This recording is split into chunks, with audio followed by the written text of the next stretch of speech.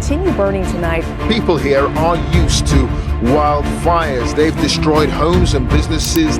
America के California राज्य के जंगलों में फैली आग भयानक। अमेरिका में अभी और तबाही मचा सकती है जंगल की आग।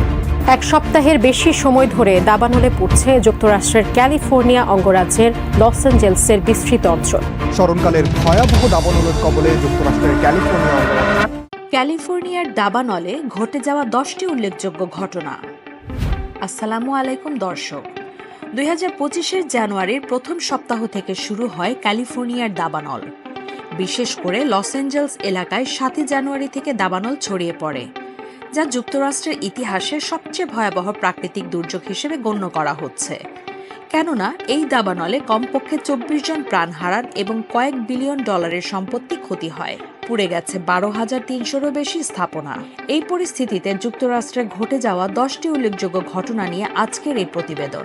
ঘটনা 1, তুষারপাতের সময় দাবানল। ভয়াবহ দাবানলে যখন জ্বলছিল যুক্তরাষ্ট্রের পশ্চিমাঞ্চলের অঙ্গরাজ্য ক্যালিফোর্নিয়া লস অ্যাঞ্জেলস শহর, তখন দেশটির দক্ষিণে ঠিক বিপরীত চিত্র। সেখানে উষ্ণ হিসেবে পরিচিত অনেক অঙ্গরাজ্যে তখনও কনকনে শীত, চলছিল তুষারপাত। দাবানল ও তুষারপাত সাধারণত ভিন্ন ভৌগোলিক ও আবহাওয়াগত পরিস্থিতিতে ঘটে, তবে একই সময়ে দুটি ভিন্ন অঞ্চলে এই দুটি ঘটনা সংঘটিত হওয়া বিরল, তবে অসম্ভব নয়। ঘটনা 2, পৃথিবীর বায়ুমণ্ডলের রং পরিবর্তন। দাবানলের কারণে ক্যালিফোর্নিয়ার কিছু এলাকায় দিনের আলো কমে এসেছিল এবং আকাশ লালচে কমলা রং ধারণ করেছিল। এর কারণ হলো দাবানলের ফলে তৈরি ধোঁয়া এবং ছাই, যা সূর্যালোকের বিচ্ছুরণ স্ক্যাটারিং পদ্ধতিকে প্রভাবিত করেছিল।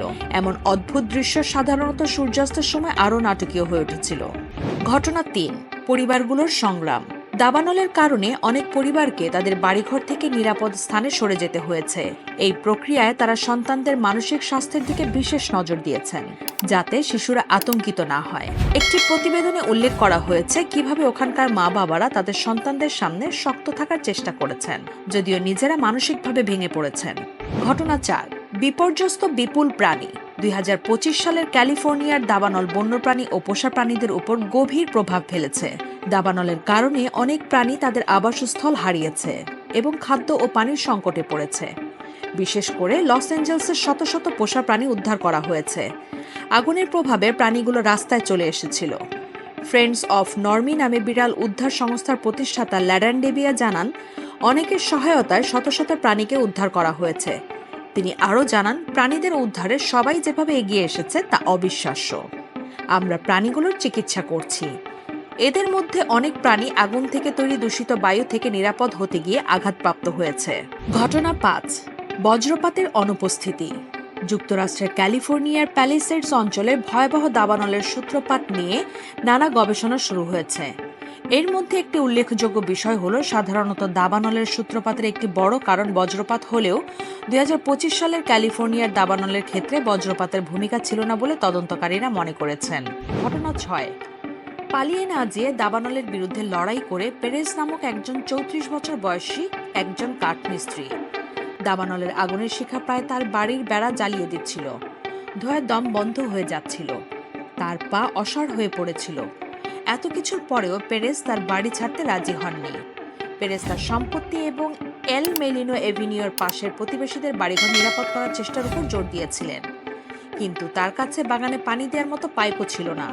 তার হাতের কাছে থাকা দুটি জলের পাত্র থেকে পানি অনবরত ঢালতে শুরু করলেন আগুনে।